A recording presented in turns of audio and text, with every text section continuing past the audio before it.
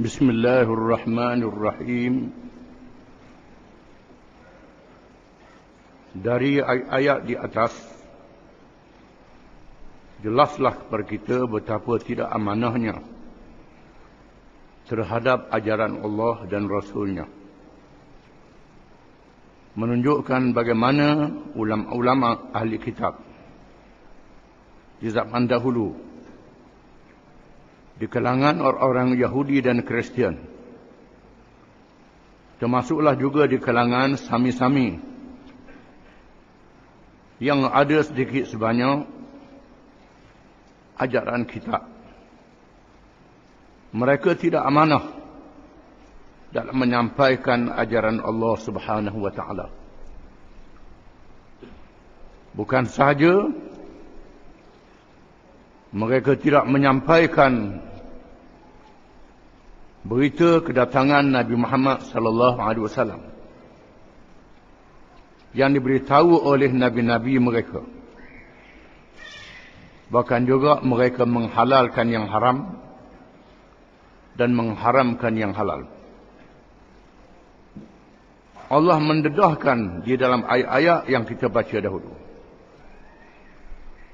Hanya sedikit sahaja di kalangan mereka yang ikhlas sehingga sanggup menyembunyikan diri di gunung, ganang, gua-gua, pulau-pulau yang jauh di tengah lautan,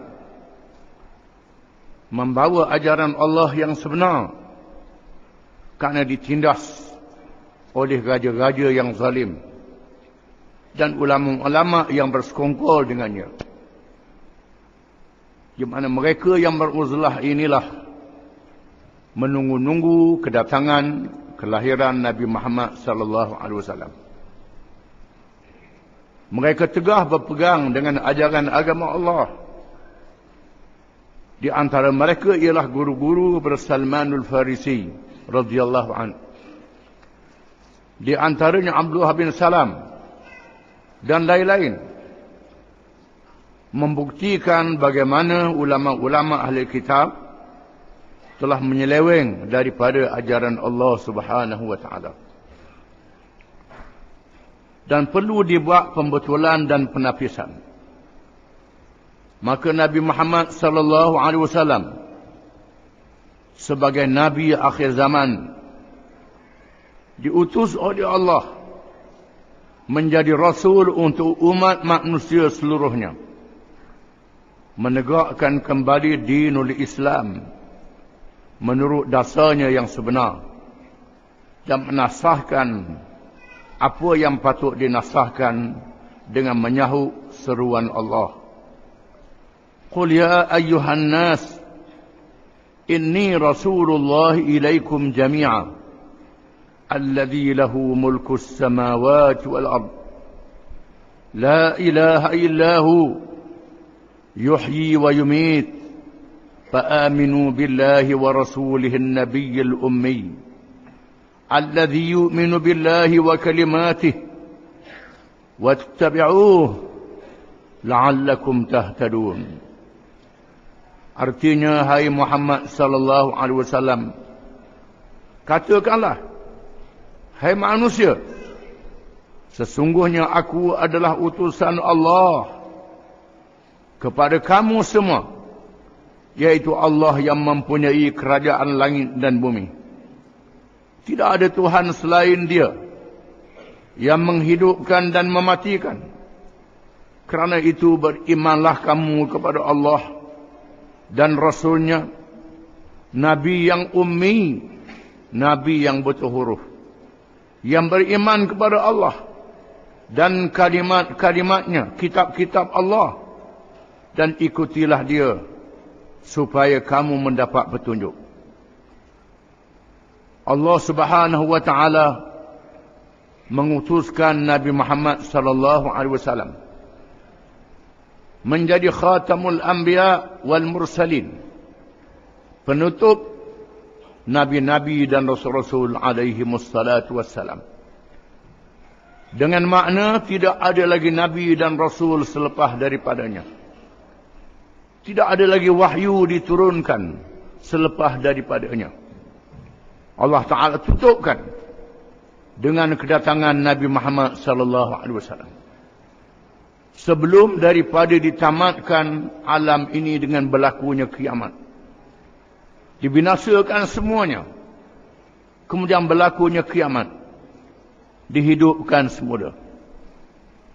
Di akhir-akhir ini, sebelum berlakunya kiamat, Allah Subhanahu wa Ta'ala memberi sedikit ilmu kepada manusia. Dengan akal yang diberi kepadanya, manusia boleh mencipta atau mereka alat-alat yang baru. Yang kita lihat sendiri, bagaimana manusia boleh berpindah di antara satu tempat ke tempat yang jauh dalam masa yang cepat. Manusia boleh mendapat maklumat dan berita dalam masa yang cepat dengan perhubungan udara, kapal terbang, dengan alat telefon, wireless, internet dan sebagainya, menjadikan dunia yang dianggap luas di zaman dahulu sudah menjadi sempit. Berita dan maklumat dapat diketahui dalam masa yang cepat. Boleh pergi ke sana mari, ke sana kemari dalam masa yang cepat. Maka cukup bagi dunia akhir zaman seorang Rasul sahaja, Nabi Muhammad sallallahu alaihi wasallam. Diberi kepadanya mukjizat Al-Quranul Karim, mukjizat ilmu, berbeza dengan mukjizat Rasul-Rasul sebelum daripadanya. Nabi Ibrahim, ketahanan tidak hangus, dibakar dalam api yang besar. Nabi Saleh mengeluarkan unta daripada batu yang pejal. Nabi Musa dengan tongkatnya. Nabi Daud melembutkan besi. Nabi Sulaiman boleh menguasai burung yang terbang di udara, binatang-binatang, makhluk jin yang gaib. Nabi Isa boleh menghidupkan orang mati. Itu nabi-nabi zaman dahulu. Adapun nabi akhir zaman ini, dia beri kepadanya mukjizat ilmu, iaitulah Al-Quranul Karim. Quran adalah mukjizat ilmu. Semua ilmu ada sumbernya di dalam Al-Quranul Karim. Sama ada ilmu agama ataupun ilmu dunia. Ilmu agama yang dikenali dengan akidah, syariat dan akhlak, ataupun usuluddin, fiqh dan tasawuf, sumbernya daripada Quran. Dalam syariat pula, perlembagaan negara, undang-undang negara, undang-undang antarabangsa, bukan sahaja undang-undang keluarga, akhlak yang berkait dengan diri tiap-tiap seorang. Termasuklah juga Quran itu menyatakan ilmu dunia yang berkait dengan politik, ekonomi, kemasyarakatan, sains dan teknologi. Semuanya ada asas di dalam Al-Quranul Karim. Quran adalah mukjizat ilmu yang diberi kepada Nabi yang ummi, yang tidak tahu membaca dan menulis. Allah Ta'ala jadikan Nabi akhir zaman Muhammad sallallahu alaihi wasallam tidak tahu membaca dan menulis untuk diberi kepadanya mukjizat ilmu, menunjukkan ilmu itu bukan rekaannya, bukan karangannya. Ilmu itu daripada Allah Subhanahu wa Ta'ala. Disebut di dalam Al-Quran itu sebahagian yang ada di dalam kitab-kitab zaman dahulu. Dalam kitab Taurah dan Injil, dalam kitab Zabur, bahkan dalam kitab Wida, kitab agama Hindu. Sebahagian perkara yang disebut dalam Quran ada dalam kitab itu, berkenaan dengan kejadian langit, kejadian bumi, berkenaan dengan undang-undang jenayah, undang-undang kisah dan hudud yang menjadi perbincangan berkenaan dengan jenayah pada hari ini. Undang-undang jenayah kesalahan membunuh dan mencederakan, sengaja dan tidak sengaja, ada dalam Taurah. Golongan Injil Kristian wajib beramal dengan Taurah, dan hukum itu ada dalam Quran. Menunjukkan di sana ada persamaan. Rasul-Rasul alaihi wassalatu wassalam, mereka adalah Islam. Semua Rasul-Rasul adalah Islam. Bagaimana kita boleh menyeleweng daripada Quran yang dibawa oleh Nabi Muhammad sallallahu alaihi wasallam? Bukan saja orang Yahudi dan Kristian tidak boleh menyeleweng, bahkan orang Islam juga tidak boleh menyeleweng daripada Quran dan ajaran yang dibawa oleh Nabi Muhammad sallallahu alaihi wasallam. Kalau menyeleweng, jaga, di hari kiamat akan dibicarakan. Setiap orang akan ditugaskan malaikat, bukan ditugaskan malaikat untuk menulis percakapan dia, perbuatan dia, tingkah laku dia. Semua ditulis oleh malaikat. Bukan saja malaikat menulis sembahyang, puasa, zakat dan haji. Termasuklah dalam pejabat, dalam istana, dalam kereta, dalam bas, dalam kedai, dalam kebun, di laut, di darat. Malaikat sentiasa mengikut dan menulis apa yang dibuat oleh manusia.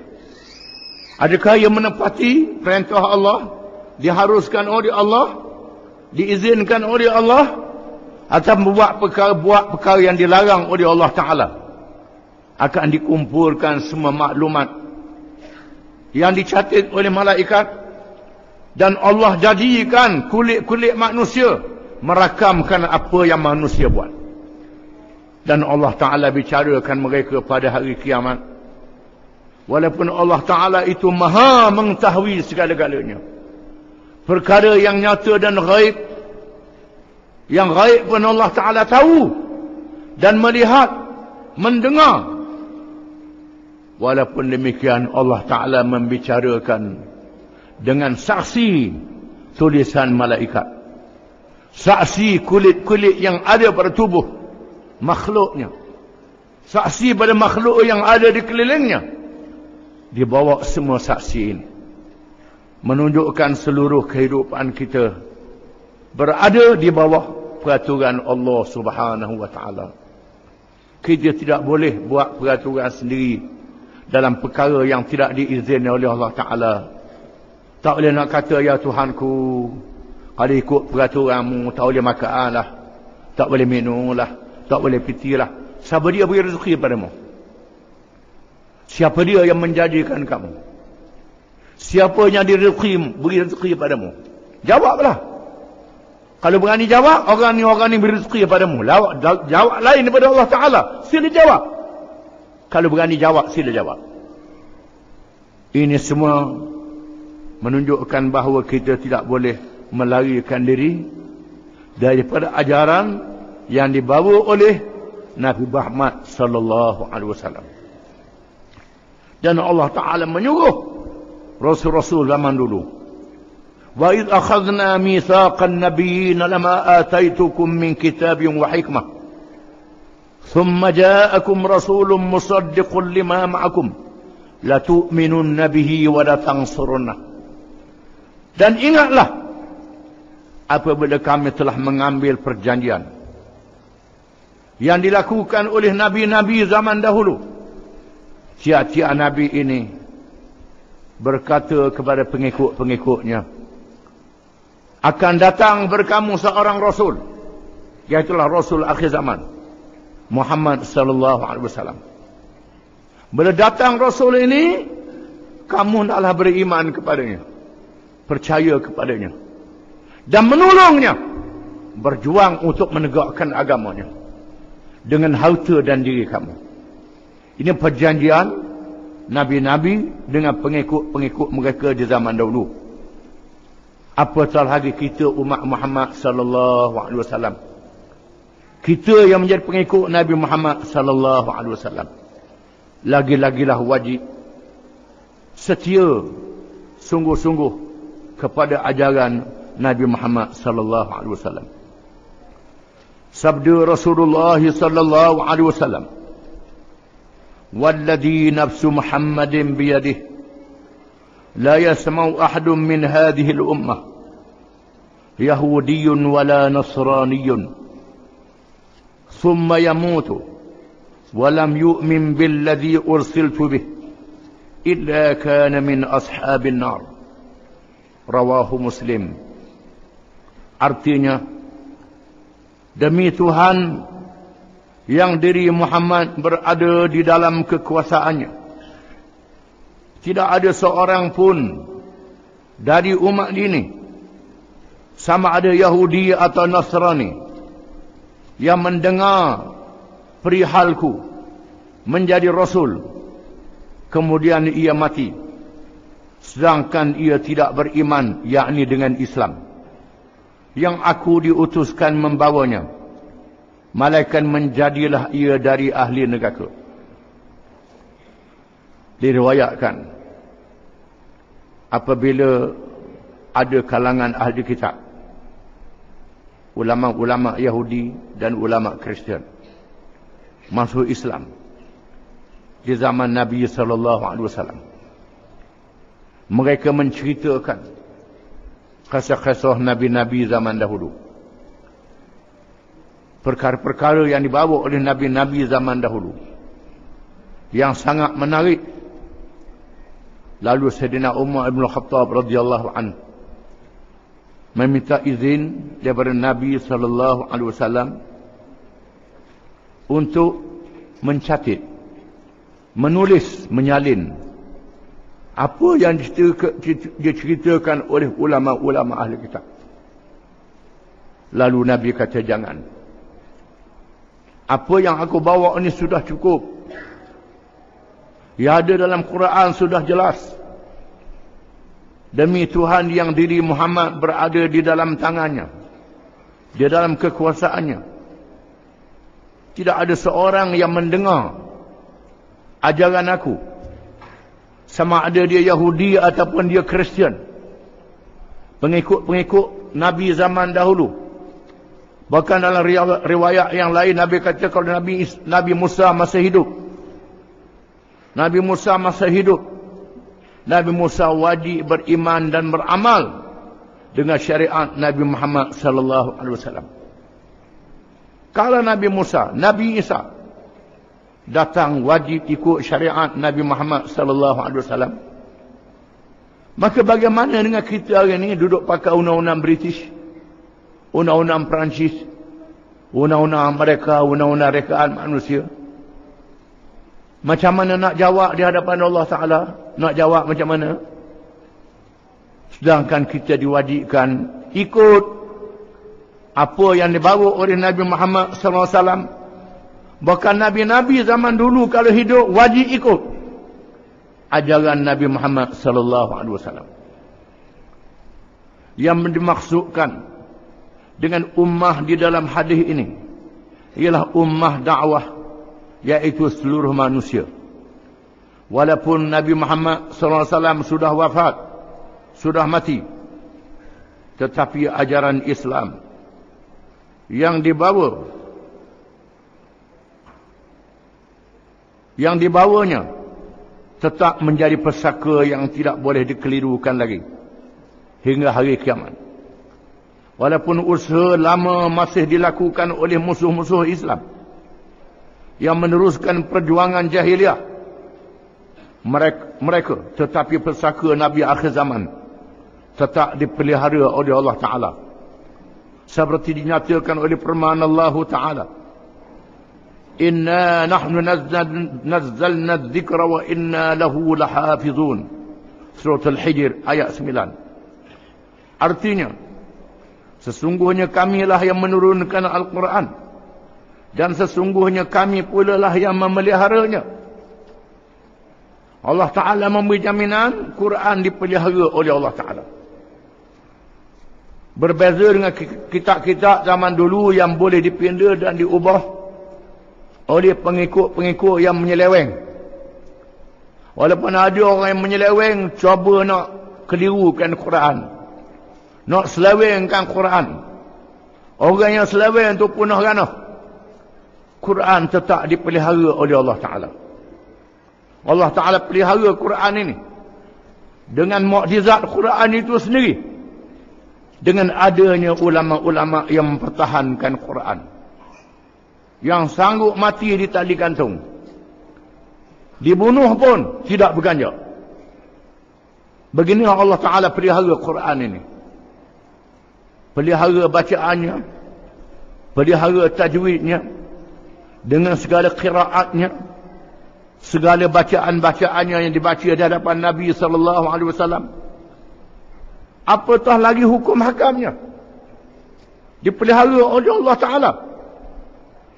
Barang siapa yang pakai yang lain daripada Quran, bukan saja sesat, bahkan menjadi punah ganah. Berlakunya penyakit-penyakit yang merebak di kalangan manusia.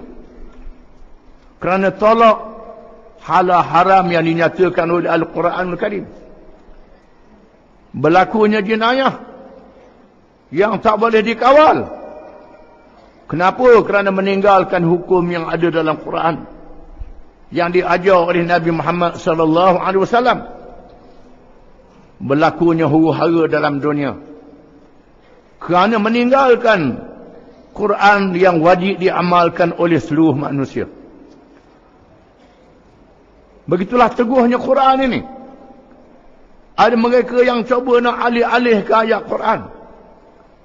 Sebahagian ayat dalam surah Al-Baqarah dimasuk dalam surah An-Nisa. Sebahagian ayat surah An-Nur masuk dalam surah Al-Ma'idah. Dicampur-campurkan ayat Quran itu. Dicetaknya Quran itu. Diketahui oleh orang. Kerana Allah Ta'ala memelihara Quran. Bukan sahaja di dalam kitab yang bertulis. Termasuk di dalam dada para ulama yang menghafalnya. Yang ingat akan Quran itu. Ingat akan ajarannya. Bukan sahaja ada dalam kitab, ada dalam kepala, dalam otak. Dalam hati-hati para ulama. Ini jaminan daripada Allah Subhanahu wa ta'ala. Kalau ada ulama yang menyeleweng, ada ulama yang tidak menyeleweng. Yang mempertahankan Islam. Yang menyeleweng dibinasakan oleh Allah. Allah Ta'ala binasakan siapa yang cuba nak selewengkan Quran. Kerana nak cari ketenangan hidup atas dunia. Sementara waktu. Dibinasakan oleh Allah. Quran tetap dipelihara oleh Allah Ta'ala. Ini jaminan daripada Allah. Kecualilah Allah Ta'ala nak jadikan dunia ni kiamat. Maka ulama-ulama, orang-orang alim dimatikan oleh Allah. Tak ada orang mengajar lagi. Tak ada orang mengaji lagi. Quran diangkat di masa itu. Tak ada orang Islam lagi. Di masa itulah berlakunya kiamat. Selagi ada orang boleh baca Quran, tahu hukum-hukumnya, wajib kita beramal selagi ada. Selagi ada orang tak reti, bila ada orang tak reti, yang reti dah habis, tunggulah kebinasaan akan berlaku. Yang menghancurkan dunia ini. Mudah-mudahan Allah Ta'ala peliharakan kita daripada fitnah, bencana dengan sebab meninggalkan Quran. Wallahu a'lam.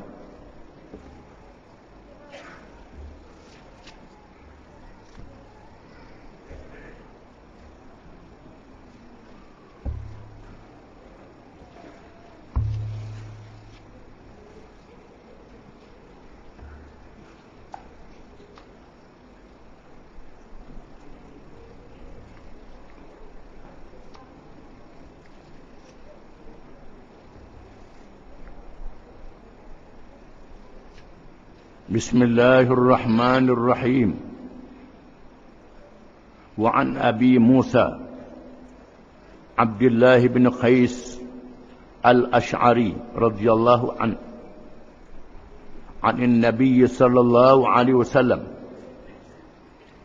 إن الله تعالى يبسط يده بالليل ليتوب مسيء النهار ويبسط يده بالنهار ليتوب مسيء الليل hatta tatlu'a asy-syamsu min maghribiha. Rawahu Muslim. Maksudnya, dan dari Abi Musa Abdullah bin Qais al-Ash'ari radhiyallahu an, dari Nabi sallallahu alaihi wasallam, sabdanya, sesungguhnya Allah menghulur dan menadah tangannya di waktu malam supaya bertaubat oleh orang yang melakukan kejahatan di waktu siang. Allah Ta'ala menghulur dan menadah tangannya di waktu siang supaya bertaubat oleh orang yang melakukan dosa kejahatan di waktu malam, sehinggalah naiknya matahari dari arah barat. Hadis riwayat Muslim.